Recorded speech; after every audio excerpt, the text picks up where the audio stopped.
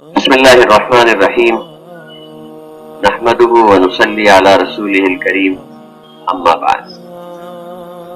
میں بزرگوں دوستوں، اللہ کے پیارے نبی صلی اللہ علیہ وسلم نے جب دنیا سے پردہ فرمایا اور اس امت کو دنیا میں چھوڑا تو یہ امت ساری کی ساری نمازی تھی اور ساری امت داعی تھی۔ امت کے مرد بھی، عورتیں بھی، سب نمازی تھے اور سب داعی تھے۔ جو نمازی بنتا چلا جائے گا انشاءاللہ دیندار بھی بنتا چلا جائے گا۔ جب آدمی نمازی بنتا ہے تو اس کو پاکی کا بھی خیال ہوتا ہے کہ بدن کیسے پاک ہوگا، کپڑے کیسے پاک ہوں گے، غسل کیسے کرنا ہے، وضو کیسے کرنا ہے۔ اس کو لباس کا بھی خیال ہوتا ہے کہ لباس کیسا پہننا ہے اور کیسا نہیں پہننا ہے۔ اس کو اپنی کمائی کا بھی خیال ہوتا ہے کہ حلال کمائی کیسے کمانا ہے اور حرام سے کیسے بچنا ہے۔ ساری چیزیں پھر اس کی زندگی کے اندر آتی چلی جاتی۔ جو نمازی بنتا ہے اس کو دین کا علم حاصل کرنے کی بھی فکر ہوتی ہے، اور دین کا علم جو ہے وہ دو چیزیں ہیں، ایک فضائل کا علم ہے، ایک مسائل کا علم۔ فضائل کا علم کسے کہتے ہیں؟ فضائل کا علم اعمال کے فائدوں کو، اعمال کے نفع کیا ہیں، اعمال کی قیمتیں کیا ہیں، اس کے معلوم کرنے کو کہتے ہیں۔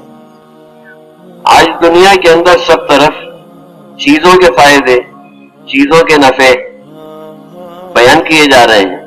سب طرف فلاں چیز اتنی قیمتی ہے، فلاں چیز کا یہ فائدہ ہے۔ لوگوں کے دلوں کے اندر چیزوں کا شوق پیدا ہو گیا۔ جب فضائل اعمال کے سنیں گے تو انشاءاللہ عملوں کا شوق پیدا ہو جائے۔ فضائل کا علم ایک خاص علم ہے جو اللہ تعالیٰ نبیوں کو دیا کرتے تھے، اور انبیاء علیہ السلام اس علم کے ذریعے لوگوں کو دعوت دیتے تھے۔ جس طرح سے ہر کام کرنے والے کے اوزار ہوتے ہیں، میکینک کے اوزار ہوتے ہیں، ڈاکٹر کے آلے ہوتے ہیں، اسی طرح سے دعوت کے اوزار جو ہیں وہ فضائل۔ فضائل کے علم سے عمل کا شوق پیدا ہوتا ہے، اور مسائل کے ذریعے سے عمل کی درستگی ہوتی ہے۔ جیسے گاڑی چلتی ہے تو گاڑی جو ہے وہ اپنے انجن سے چلتی ہے، انجن جو ہے وہ اس کو پاور دیتا ہے، اس سے گاڑی چلتی ہے۔ پھر اس کا اسٹیئرنگ اور بریک جو ہے وہ اس کو کنٹرول کرتا ہے، کدھر موڑنا ہے کدھر نہیں موڑنا ہے، کہاں تیز چلانا ہے کہاں دھیرے چلانا ہے۔ فضائل کا علم جو ہے یہ اندر کے اندر طاقت پیدا کرتا ہے، جیسے گاڑی کا انجن ہے، اس سے عملوں کی گاڑی چلتی ہے، اور اس کا کنٹرول جو ہے وہ مسائل کے ذریعے سے ہوتا ہے کہ کہاں کیا عمل کس طریقے سے کرنا ہے۔ فضائل کا علم تعلیم کے حلقوں سے حاصل کرنا ہے، اور مسائل کا علم علماء کرام کی خدمت میں حاضر ہو کے پوچھ کے حاصل کرنا ہے۔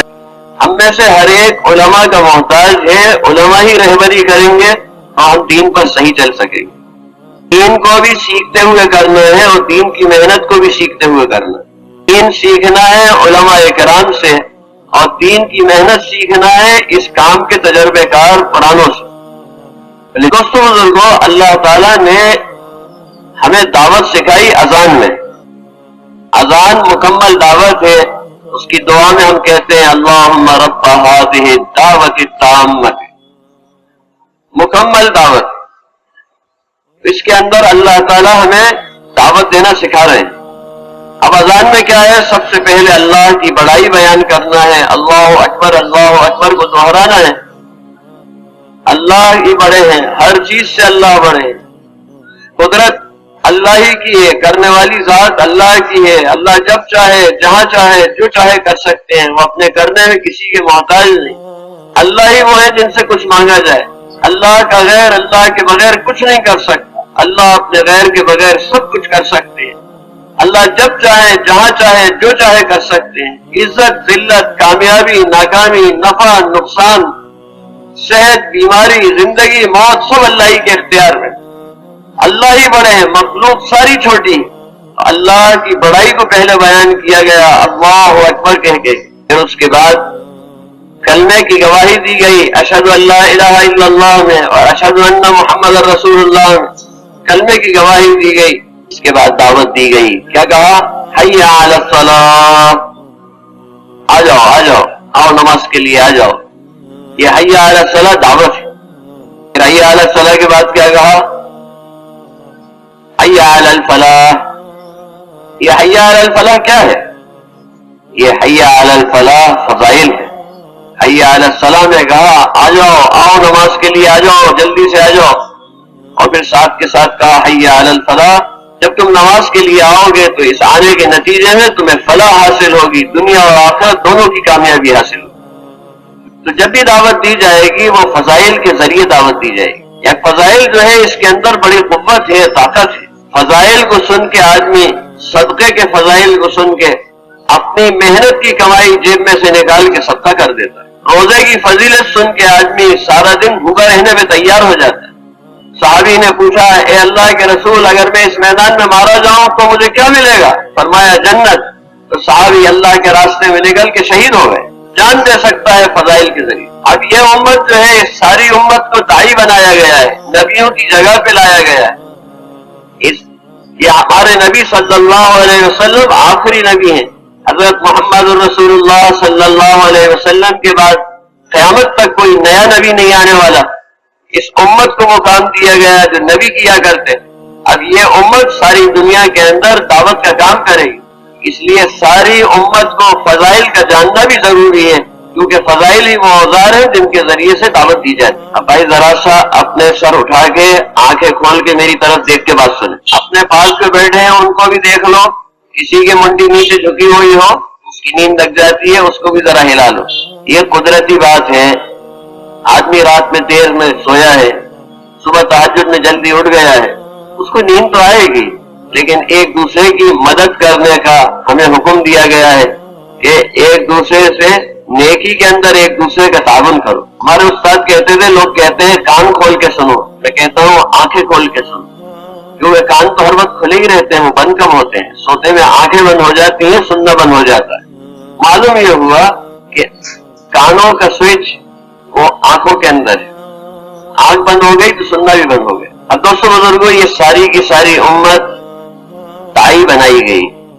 اب ساری امت کو دعوت کے لیے کھڑا کرنا. جو داعی بنتا چلا جائے گا اس کا ایمان مضبوط ہوتا چلا جائے گا. صحابہ کرام رضی اللہ عنہ سب نمازی تھے تو سب دیندار، اور صحابہ سارے کے سارے داعی تھے، سب کے ایمان مضبوط. صحابہ کا ایمان ایسا مضبوط تھا کہ صحابہ کے سامنے دریا آ گیا تو ان کا راستہ نہیں روک سکا. صحابہ کے سامنے پہاڑ آ گیا تو پہاڑ پار کر گئے. صحابہ کے سامنے جنگل کے جانور آ گئے تو انہوں نے راستہ چھوڑ دیا. صحابہ کا ایمان اتنا مضبوط ہو گیا تھا، دعوت دیتے دیتے ایسا مضبوط ہوا تھا کہ دنیا کی کسی مخلوق سے متاثر نہیں ہو. اب ساری امت کو تعلیم سے جوڑنا ہے اور ساری امت کو دعوت سے جوڑنا ہے. ہر آدمی کی خوشامد کر کر کے مسجد کی تعلیم کے اندر جوڑنا ہے اور ہر گھر میں تعلیم شروع کرانے کی فکر کرنا. اب آپ حضرات اپنے اللہ کے راستے میں جماعتوں میں جا رہے ہیں، اور آپ حضرات میں سے بعض جو وقت لگا چکے ہیں وہ اپنے گھروں کی طرف بھی جا رہے ہیں. جو اللہ کے راستے میں جا رہے ہیں ان کو بھی یہ فکر کرنا ہے کہ جہاں جہاں ہم جا رہے ہیں وہاں والے ایسی فکر لے لیں کہ ہر گھر میں تعلیم شروع کرائیں. اور جو واپس گھر جائیں وہ بھی اس فکر کو لے کے جائیں کہ انشاءاللہ ہمیں واپس جا کر اس دن تک چین سے نہیں بیٹھنا ہے جب تک کہ ہر گھر میں تعلیم شروع نہ ہو جائے. جو اللہ کے راستے میں نکلے گا وہ نمازی بن جائے گا، اور جس گھر میں تعلیم شروع ہو جائے گی اس کی عورتیں اور بچے نمازی بن جائیں. اب دوستوں بزرگوں، اللہ کے راستے میں جانے کے لیے ہم تشکیل کا ترغیب دیتے ہیں، پھر تشکیل کرتے ہیں، نام لکھتے ہیں، پھر ان کے گھروں کے چکر کاٹتے ہیں، یہاں تک کہ مسجد سے 3 دن کی جماعت نکل جاتی ہے، یہاں تک کہ چلے کی جماعت بن جاتی ہے، 4 مہینے کی جماعت بن جاتی ہے، ودیش کی جماعت بن جاتی ہے. تشکیل بھی ہوتی ہے، ترغیب اور تشکیل بھی ہوتی ہے، اس کے بعد کی محنت بھی ہوتی ہے، تو اس کے نتیجے میں یہ چیز وجود میں آتی ہے. اور مقامی کام کے اعتبار سے ہم صرف ترغیب دیتے ہیں. 10 کا دن ہے، بیان ہو گیا، تشکیل ہو گئی، اس کے بعد کہتے ہیں بھائی یہ 5 کام کرنے کے ہیں. مسجد کی گھر کی تعلیم کرنی ہے، اور 2 گشت کرنے ہیں اور 3 دن مہینے کے لگانے ہیں اور 2.5 گھنٹے مسجد کے دینے ہیں اور روزانہ کے مشورے میں شرکت کرنا ہے. پھر ہم کہتے ہیں کرو گے نا؟ سب کہتے ہیں انشاءاللہ کریں گے. اس کے پیچھے محنت نہیں کرتے. اگر ہم چلے 4 مہینے کی ترغیب دیں اور پھر کہیں کہ انشاءاللہ جاؤ گے، سب کہیں گے کہ ہاں انشاءاللہ.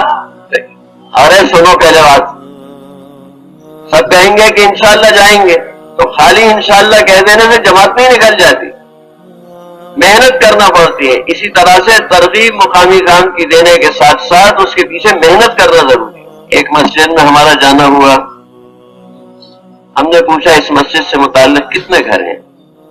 انہوں نے کہا 83 گھر ہیں. 83. کتنے گھر میں تعلیم ہوتی ہے؟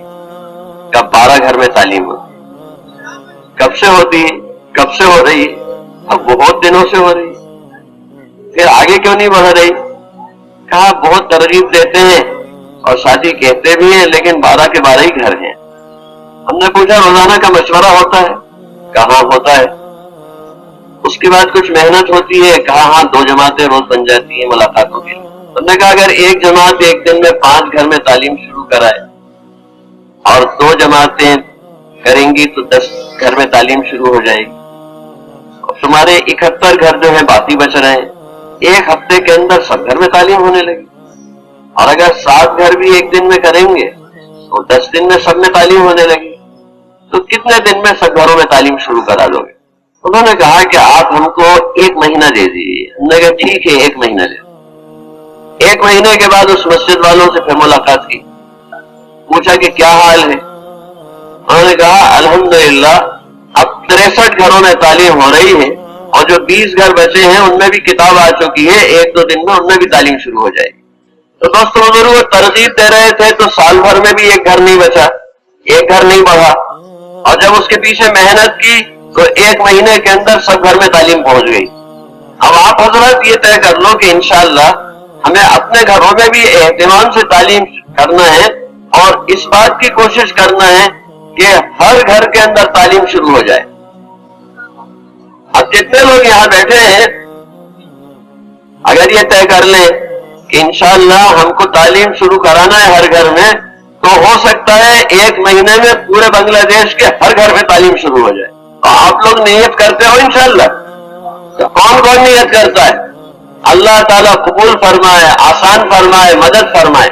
اب دوستوں نیت بھی کرنا ہے اور نماز پڑھ کے فرض نمازوں میں، تہجد میں، صلاۃ الحاجت پڑھ کے اللہ تعالیٰ سے خوب دعائیں مانگنا ہے کہ اللہ کی مدد ہمارے ساتھ. نیت کرنا ہے، دعا کرنا ہے اور پھر جم کے محنت کرنا ہے. انشاءاللہ نتیجہ اللہ کے اختیار میں ہے اور ضرور آئے گا. حضرت مولانا الیاس صاحب رحمۃ اللہ علیہ فرماتے تھے جب تک 4 مہینے باری باری سے لگانے کو آپس میں رواج نہیں دیں گے اور جب تک 4 مہینے لگانے کو اپنی زندگی کا حصہ جس سے زندگی نہیں بنائیں گے، اس وقت تک ایمان کا حقیقی ذائقہ اس زمانے میں نصیب نہیں ہونے کا. اب آپ جو بیٹھے ہوئے ہیں آپ میں سے 4 مہینے کس کس کے لگ گئے ذرا بتاؤ. اچھا اس میں سے 2 مرتبہ 4 مہینے کس کس کے لگ گئے اور 3 بار 4 مہینے کس کس کے لگ گئے؟ ابھی بہت کم ہیں. اور اب نظام الدین سے یہ بات کہی جا رہی ہے کہ بیرون ملک جانے کے لیے 3 مرتبہ 4 مہینے ہم جلدی پورے کر لیں گے.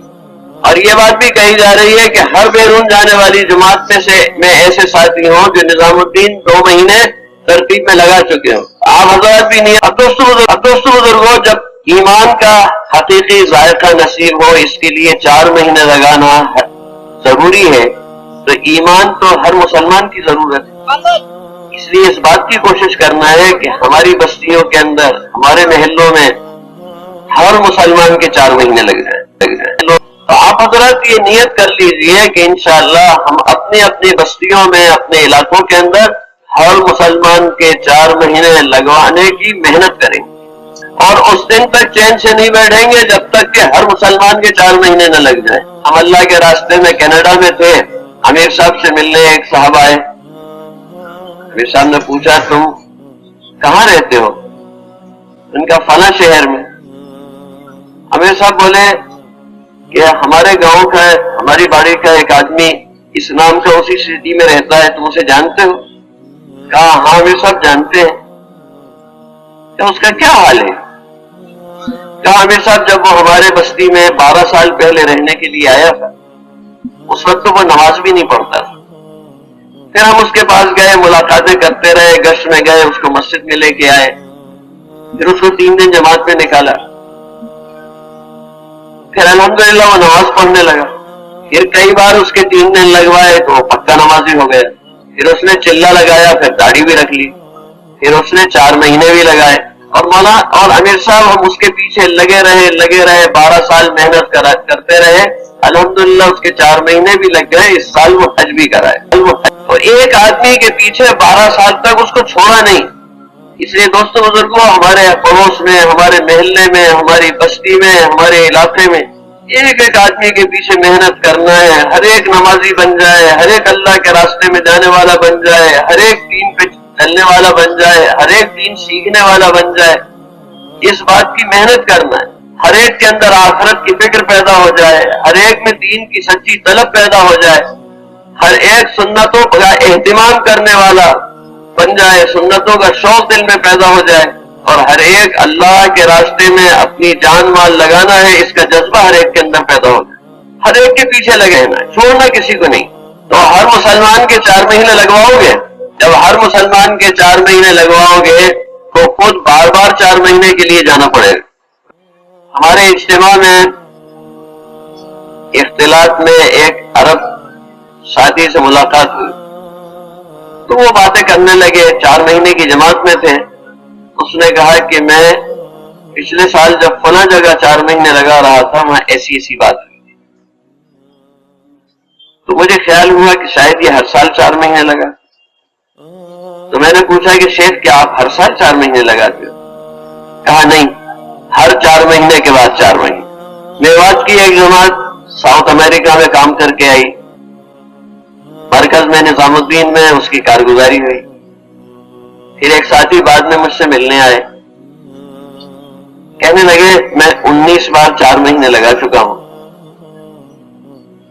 لیکن اب مجھے خیال ہوتا ہے کہ سال میں 4 مہینے لگانا کم ہے، اس لیے میں سوچ رہا ہوں کہ ریٹائرمنٹ لے لوں، ارلی ریٹائرمنٹ لے لوں، تاکہ ہر سال کے 8 مہینے کی ترتیب بنا سکوں۔ تو دوستو جب سب کو 4 مہینے کے لیے نکالنا ہے تو آپ کو بار بار 4 مہینے کی جماعتوں کے ساتھ جانا ہوگا۔ اس کی نیت کر لو کہ انشاءاللہ بار بار 4 مہینے لگائیں۔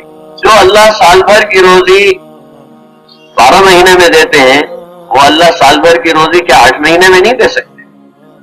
اللہ تو اللہ ہے، اگر دینا چاہیں تو سال بھر کی روزی 8 دن میں دے دیں۔ اس لیے اس بات کا یقین رکھیں کہ سالانہ 4 مہینے لگائیں گے تو ہماری روزی کے اندر کوئی کمی نہیں آئے گی۔ ہمارے کاموں کے بنانے والے تو اللہ ہے، جب اللہ پہ بندہ بھروسہ کرتا ہے تو اللہ تعالیٰ اس کے مددگار ہو جاتے ہیں۔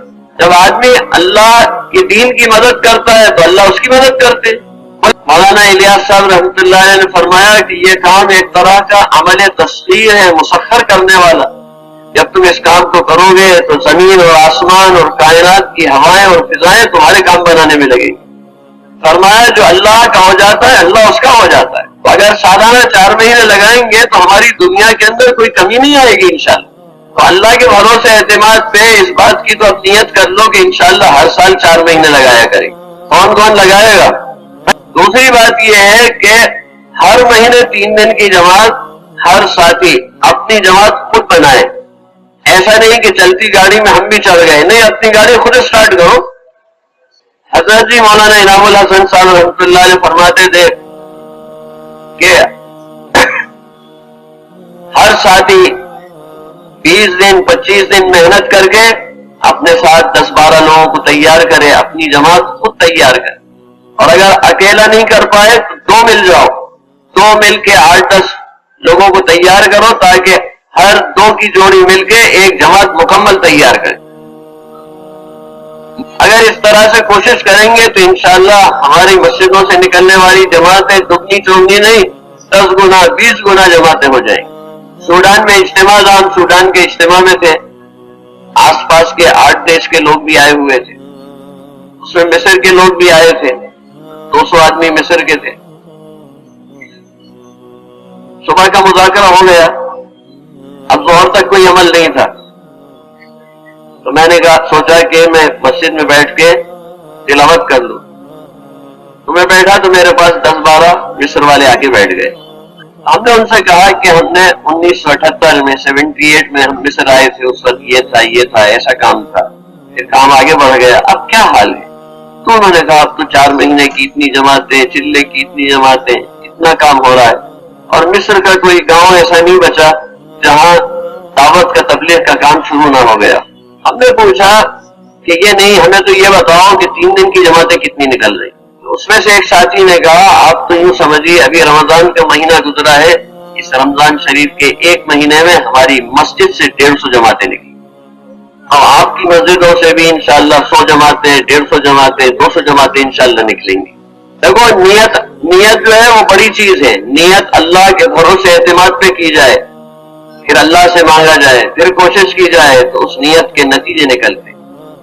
جب اللہ کے بھروسے پہ محنت کی جاتی ہے اور دعوت دی جاتی ہے تو جن کو دعوت دی جاتی ہے ان کو بھی ہدایت ملتی ہے، لیکن سب سے زیادہ دعوت دینے والوں کو ہدایت ملتی ہے۔ اب نمازوں کا اہتمام کرنا ہے کہ ہماری ہر نماز تکبیر اولیٰ کے ساتھ ہو، نماز کے انتظار کے ساتھ ہو، اور اس بات کی کوشش کرنا ہے کہ سارے لوگ نمازی بنے۔ حضرت موسیٰ علیہ السلام اور حضرت ہارون علیہ السلام نے دعا مانگی کہ اے اللہ، یہ فرعون اور فرعون والوں نے بڑا ظلم ڈھایا ہوا ہے، اے اللہ ان کو برباد کر دیجیے، اور ان کی چیزوں کو، ان کے سامان کو بھی برباد کر دیجیے۔ اللہ تعالیٰ کی طرف سے ارشاد ہوا قد اجیبت دعوتکما، ہم نے تم دونوں کی دعا قبول کر لی۔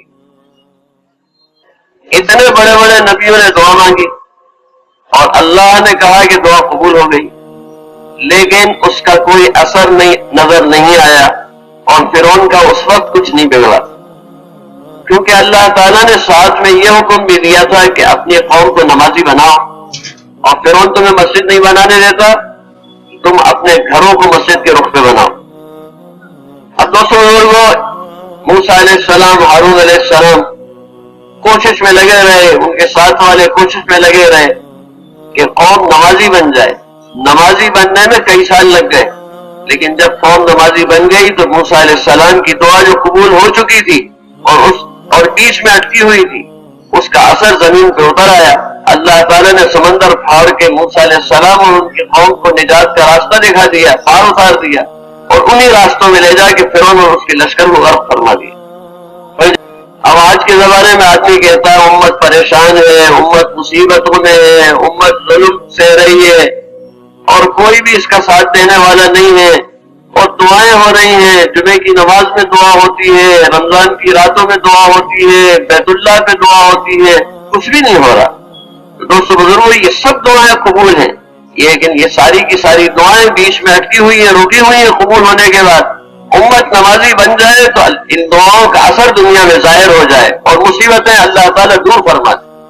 اور دوستو بزرگوں، نمازوں کے ساتھ ساتھ اللہ کے ذکر کا اہتمام کرنا ہے۔ تیسرا کلمہ، درود شریف، استغفار، صبح شام اس کی تسبیحوں کا پڑھنا، قرآن پاک کی تلاوت، مسنون دعاؤں کا ان کے وقت پہ اہتمام، اور اس کی کوشش کہ ہر وقت ہماری زبان اللہ کے ذکر کے اندر رہے۔ بندہ اللہ کے ذکر، اللہ کو یاد کرتا ہے، اللہ اسے یاد کرتے ہیں۔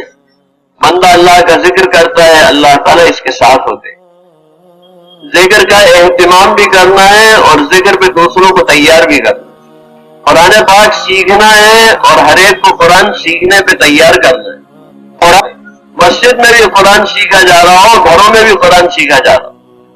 حضرت مفتی زین العابدین صاحب رحمۃ اللہ علیہ فرماتے تھے حضور صلی اللہ علیہ وسلم کی مسجد میں قرآن پاک کے حلقے تہجد کے وقت تک میں بھی لگتے تھے۔ مولانا الیاس صاحب رحمۃ اللہ علیہ فرماتے تھے میرا جی چاہتا ہے کہ ہر بستی، مسلمانوں کی ہر بستی ایک مدرسہ بن جائے، اور بستی کا ہر گاؤں اور گاؤں کا محلے کا ہر گھر مدرسے کا ایک درجہ کلاس بن جائے، یعنی گھر گھر میں قال اللہ قال الرسول پورا قرآن پاک اور حدیث شریف ہر گھر کے اندر ہو رہی۔ اور دوستوں لوگوں، اللہ کے پیارے نبی صلی اللہ علیہ وسلم کی سنتوں کو ہر عمل میں اختیار کرنا ہے۔ حضرت عبداللہ ابن مسعود رضی اللہ عنہ فرماتے، تمہارے نبی علیہ الصلوۃ والسلام کے لیے اللہ تعالیٰ نے ایسی سنتیں جاری فرمائی ہیں جو سراسر ہدایت ہے، اور فرمایا یاد رکھو اگر نبی علیہ السلام کی سنت کو چھوڑ دو گے تو گمراہ ہو جاؤ۔ تو آج جتنی سنتیں ہم سے چھوٹی ہوئی ہیں اتنی گمراہی زندگی میں آئی ہوئی ہے۔ جب سنتوں کو ہم سیکھیں گے اور اس پہ عمل کریں گے تو انشاءاللہ وہ گمراہی دور ہو کے اس کے حصے کی، اس سنت کے حصے کی ہدایت ہماری زندگی میں آتی چلی جائے گی۔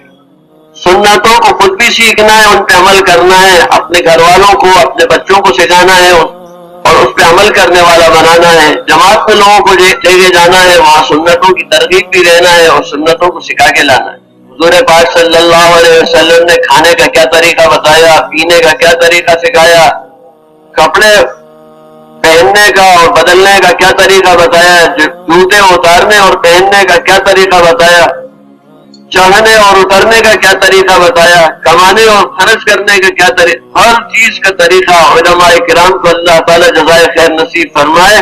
علماء کرام نے حضور صلی اللہ علیہ وسلم کی سنتوں کو محفوظ کر دیا، جمع کر دیا، ہر زمانے کے علماء نے، اور کتابوں کے اندر محفوظ ہے اور علماء کے سینوں کے اندر محفوظ ہے۔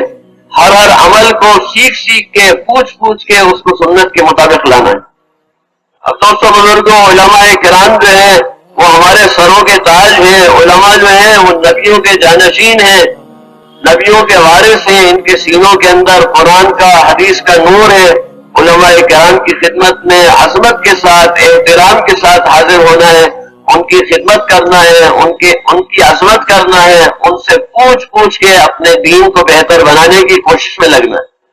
مولانا الیاس صاحب رحمۃ اللہ علیہ کے زمانے میں ایک عالم مولانا الیاس صاحب کے مہمان ہوئے۔ مولانا الیاس صاحب رحمۃ اللہ علیہ نے ان کی بہت خدمت کری، بہت خاطر کری۔ جب وہ چلے گئے، مولانا الیاس صاحب رحمۃ اللہ علیہ نے فرمایا کہ ان صاحب کی وجہ سے ایک دینی ادارے کو بڑا نقصان پہنچا ہے، اور اس نقصان کا درد، اس کا دکھ میرے دل میں بھی ہے، لیکن ان کے علم کی وجہ سے میں نے ان کا اکرام کیا۔ اگر علماء ہماری کوئی غلطی بتاتے ہیں، ہماری اصلاح کرتے ہیں، اس پہ کبھی برا نہیں ماننا ہے، بلکہ ان کا شکریہ ادا کرنا ہے۔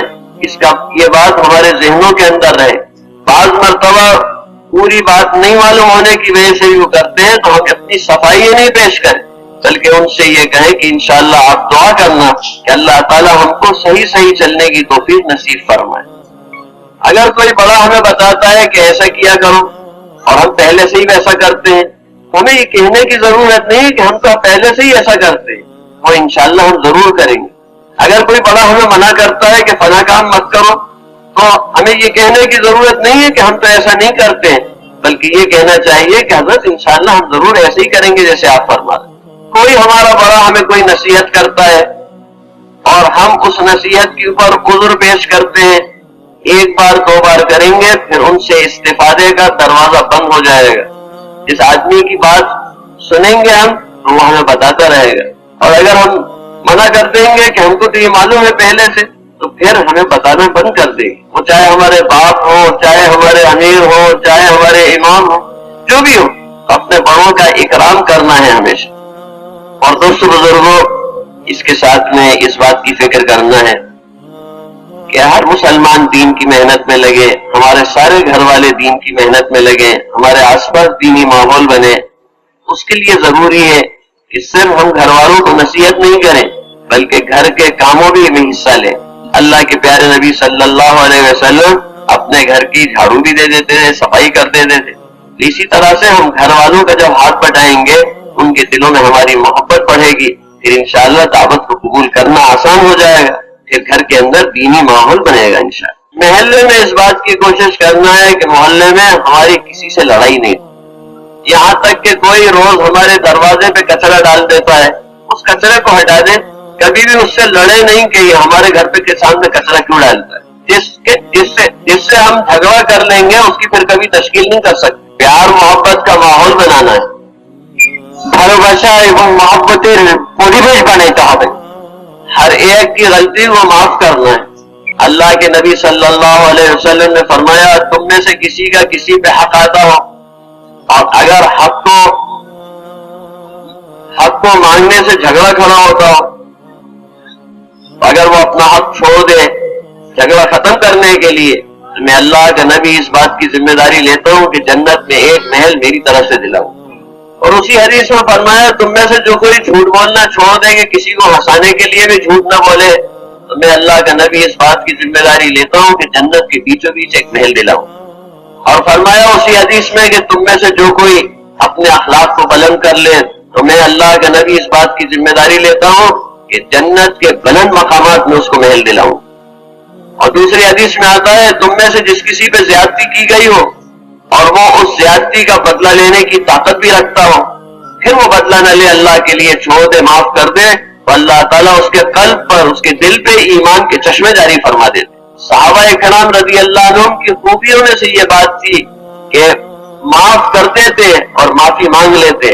اگر کوئی اپنے سے غلطی ہو گئی تو معافی مانگنے میں شرماتے نہیں تھے، اور اگر سامنے والے سے غلطی ہوئی ہے تو اس کے معافی مانگنے سے پہلے ہی اس کو معاف کر دیتے۔ دوستو بزرگوں، دل میں کسی مسلمان کی برائی دل کے اندر نہیں رکھنا ہے۔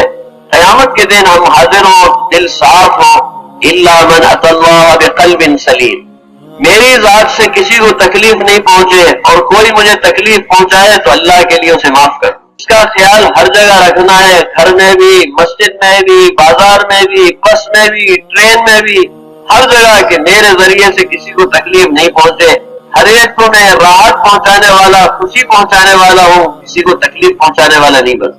کبھی بھی قانون کی خلاف ورزی نہیں کرنا ہے، جو قانون ہے اس کے حساب سے چلنا ہے۔ جس طرح جہاں سے سڑک بند ہے اس نو انٹری کے علاقے میں ادھر سے نہیں داخل ہونا، غلط سائڈ کے اوپر نہیں چلنا، اور عمل جو ہے ہمارا خوبی والا ہو، لوگ اس کی مثال دیں اور لوگ اس کو پسند کریں۔ دنیا تو ایسی ہو گئی جہاں لکھا ہوتا ہے یہاں تھوکنا منع ہے، وہی پان کی پیک تھوکتے ہیں۔ ہم کو ایسا نہیں بننا، ایک پاکیزہ خوبصورت زندگی بنانا ہے۔ اللہ تعالیٰ فرماتے ہیں الذی خلق الموت والحیات لیبلوکم ایکم احسن عملا، وہ ذات جس نے موت اور زندگی کو بنایا ہے تاکہ تم کو پرکھے جانچے کہ کون ہے تم میں سے جو حسین ترین خوبصورت سے خوبصورت عمل کر کے لاتا ہے۔ اپنی آنکھوں کی حفاظت کرنا ہے، اپنے کانوں کی حفاظت کرنا ہے، اپنی زبان کی حفاظت کرنا ہے۔ جو اپنی آنکھوں کی حفاظت کرتے ہیں ان کی نظر میں اثر پیدا ہو جاتا ہے، جو اپنی زبان کی حفاظت کرتے ہیں ان کی بات میں اثر پیدا ہو جاتا ہے۔ جھوٹ نہیں بولیں گے، غیبت نہیں کریں گے، گالی نہیں دیں گے، جھگڑا نہیں دیں گے، جھگڑا نہیں کریں گے، ہماری بات کے اندر انشاءاللہ اثر پیدا ہو جائے۔ نامحرم کو نہیں دیکھیں گے، کسی کو حقارت کی نظر سے نہیں دیکھیں گے، نگاہوں کی حفاظت کریں گے، تصویروں کو نہیں دیکھیں گے، پوسٹروں کو نہیں دیکھیں گے، نگاہوں کی حفاظت کریں گے، نظر میں اثر پیدا ہو جائے۔ اور دوستو بزرگوں، اپنی کمائیوں کا خیال رکھنا ہے کہ حلال کمائی ہمیں حاصل ہو اور حرام سے حفاظت۔ ایک لقمہ حرام کا گلے سے نیچے چلا جاتا ہے تو 40 دن کی نمازیں بگڑ جاتی اور 40 دن تک دعائیں قبول نہیں ہوتی۔ ایک کپڑا 100% کا ہے، اس میں سے اگر 10% حرام کا ہے تو اس کپڑے کو پہن کے ایسے ہی نماز خراب ہو جاتی ہے، نماز نہیں ہوتی، جیسے ناپاک کپڑے سے نماز نہیں ہوتی۔ تو اس بات کی کوشش کرنا ہے کہ ہماری کمائی حلال کی ہو، اس کے اندر کہیں بھی حرام کی آمیزش نہیں ہونے پائے۔ اس کے لیے ہمیں عالموں سے، مفتیوں سے پوچھنا پڑے گا کہ مفتی صاحب ہم دکان کرتے ہیں، کاروبار کرتے ہیں، ہمیں کس بات کا خیال رکھنا چاہیے؟ ہم نوکری چاکری کرتے ہیں، اس میں کس بات کا خیال رکھنا چاہیے؟ ہم مزدوری کرتے ہیں، اس میں کس بات کا خیال رکھنا چاہیے؟ ہم کھیتی کرتے ہیں، اس میں کیا بات کا خیال رکھنا چاہیے کہ ہماری کمائی کبھی حرام نہ ہو جائے۔ اور دوستو بزرگوں، اللہ تعالیٰ سے استقامت مانگنا ہے کہ اللہ تعالیٰ دین پہ بھی جمائے رکھے، دین کی محنت پہ بھی جمائے رکھے، کیونکہ استقامت بہت بڑی چیز ہے۔ استقامت انیک بڑے جنس، عربی میں کہتے ہیں اطلب الاستقامت ولا تطلب الکرامہ ان الاستقامت فوق الف کرامہ، کہ استقامت مانگو، دین پہ جمنا اور دین کی محنت پہ جمنا، اللہ سے مانگو، کرامت مت طلب کرو، کیونکہ بے شک اللہ کے دین پہ جم جانا، اللہ کے دین کی محنت پہ جم جانا یہ 1000 کرامتوں سے مانگے۔ حضرت مولانا عبید اللہ صاحب رحمۃ اللہ علیہ فرماتے تھے کہ شیطان، اللہ تعالیٰ سے شیطان نے قیامت تک کی عمر مانگ لی کہ شیطان نے اللہ کے سامنے قسم کھا کے آیا ہے کہ اللہ آپ کی عزت کی قسم، آپ کے جلال کی قسم، اب میں آپ کے سیدھے راستے پہ بیٹھ جاؤں گا، آدم اور آدم کی اولاد ان کے آگے سے آؤں گا، پیچھے سے آؤں گا، دائیں سے آؤں گا، بائیں سے آؤں گا، اور ان سب کو آپ کے راستے سے پھسلاؤں گا، ان سب کو بہکاؤں گا، اور زیادہ لوگ آپ کو شکر گزار نہیں ملیں گے۔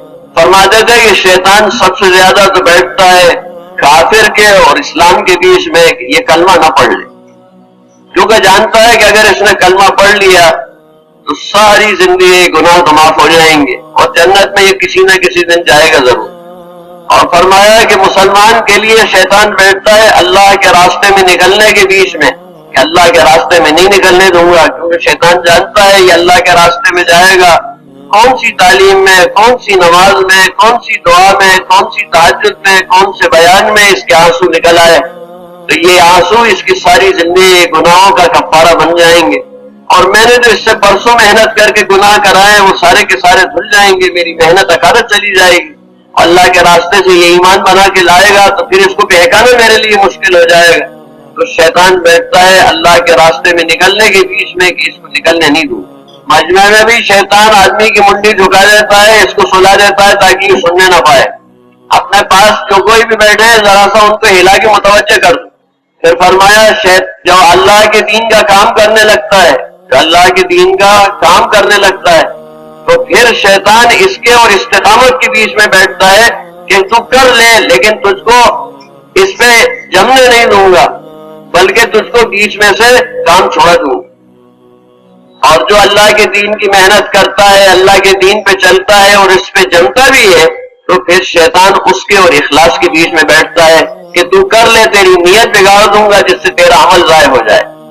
اور جو کرے اور جمے اور اخلاص کے ساتھ بھی چلے اس پہ شیطان کا داؤ نہیں چلتا ہے، کیونکہ شیطان خود کہہ کے آیا اللہ کے سامنے کہ اللہ میں بہکاؤں گا اور سب پہ میرا زور چلے گا، الا عبادک منہم المخلصین، سوائے آپ کے جو خالص اخلاص والے بندے ہیں ان پہ میرا کوئی اثر نہیں۔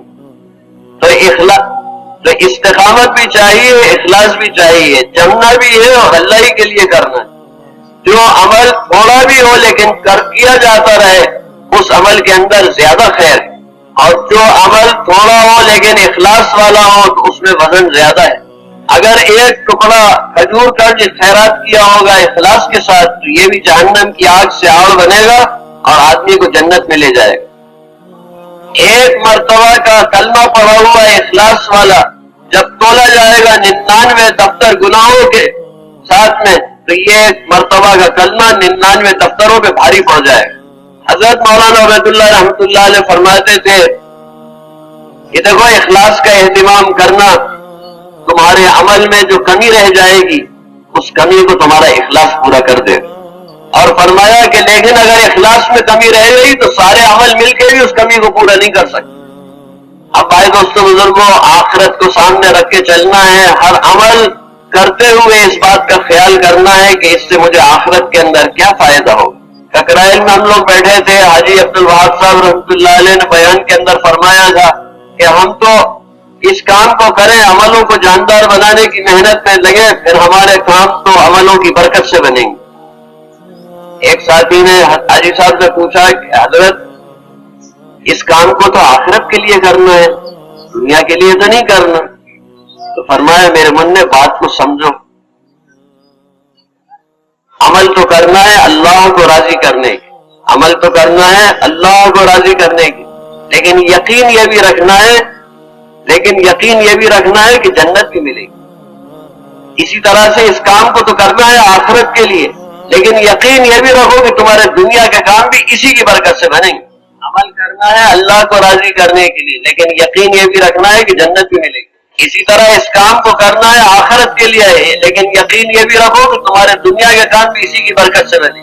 اب دوستوں بزرگوں، اس بات کی نیت کرنا ہے، ارادہ کرنا ہے، اللہ سے مانگنا ہے، کوشش کرنا ہے کہ ہم اللہ کے دین کی محنت میں، قربانیوں میں آگے بڑھتے رہیں۔ ہماری جانی قربانی بھی بڑھ رہی ہو، مالی قربانی بھی بڑھ رہی ہو، وقت کی قربانی بھی بڑھ رہی ہو۔ حضرت جی مولانا انعام الحسن صاحب رحمۃ اللہ علیہ کو کسی ساتھی نے خط لکھا کہ حضرت دل میں شہادت کا شوق بہت بڑھ رہا ہے، دعا فرمائیے اللہ تعالیٰ اپنے راستے کی شہادت نصیب فرمائے۔ حضرت جی رحمۃ اللہ نے جواب لکھوایا، خط موصول ہوا، شہادت کی تمنا مبارک ہے، لیکن امت اس وقت جس حال میں اس کے اعتبار سے جان کی قربانی سے بھی جذبات کی قربانی بڑھی ہوئی ہے۔ اس وقت امت جس حال میں ہے اس کے اعتبار سے جان کی قربانی سے بھی جذبات کی قربانی بڑھی ہوئی ہے۔ ہمیں یہ اچھا لگتا ہے، یہ نہیں اچھا لگتا، ہماری یہ رائے ہے، یہ رائے نہیں ہے، ہمیں یہ پسند ہے، یہ پسند نہیں ہے، ہم یہ چاہتے ہیں، نہیں، یہ اپنی چاہت کو قربان کرنا یہ جان قربان کرنے سے بھی بڑھ جاتا ہے۔ اب دوستو بزرگوں، یہاں سے یہ طے کر کے اٹھنا ہے کہ انشاءاللہ زندگی کا مقصد آخرت کو بنانا ہے، اللہ کی عبادت میں بھی آگے بڑھنا ہے، اللہ کے بندوں کی خدمت میں بھی آگے بڑھنا ہے، اور اللہ کے دین کی محنت میں بھی آگے بڑھنا ہے۔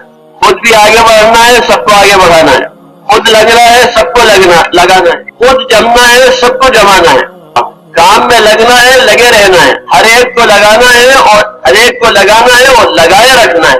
اس کے لیے محنت بھی کرنا ہے، خوشامد بھی کرنا ہے، دعائیں بھی کرنا ہے۔ اب دوستو بزرگوں، اشراق کا وقت ہے، آپ لوگ اشراق پڑھو گے، اس میں صلاۃ الحاجت کی نیت بھی کرو، اپنے لیے بھی دعا کرو، یہ سارا مجمع جو ہے اس کے لیے بھی دعا کرو، اپنے رشتہ داروں گھر والوں کے لیے بھی دعا کرو، اپنی بستی کے لیے بھی دعا کرو، اپنے پورے دیش کے لیے بھی دعا کرو، ساری امت کے لیے دعا کرو کہ اللہ تعالیٰ ساری امت کو ویسی امت بنا دے جیسے اللہ کے نبی صلی اللہ علیہ وسلم نے صحابہ کو بنا کے چھوڑا تھا۔ امت کے لیے دعا کرو، اللہ تعالیٰ امت کی حفاظت بھی فرمائے، حمایت بھی فرمائے، اللہ تعالیٰ امت کو ہدایت بھی دے، امت کے ساتھ عافیت کا معاملہ بھی فرمائے۔ اللہ کے نبی صلی اللہ علیہ وسلم سب سے زیادہ امت کا خیال کرتے تھے، جو امت کا خیال زیادہ کرے گا وہ اللہ کے نبی صلی اللہ علیہ وسلم کی قریبی نزدیکی بھی زیادہ پائے گا۔ اللہ کے راستے میں جانے والے جن بستیوں کے پاس سے گزرے جہاں رک نہیں رہے، اور گھر جانے والے جن بستیوں کے پاس سے گزرے جہاں رک نہیں رہے، کم سے کم ان بستیوں کے لیے، ان بستی والوں کے لیے دعائیں مانگتے ہوئے، ہدایت مانگتے ہوئے گزرے۔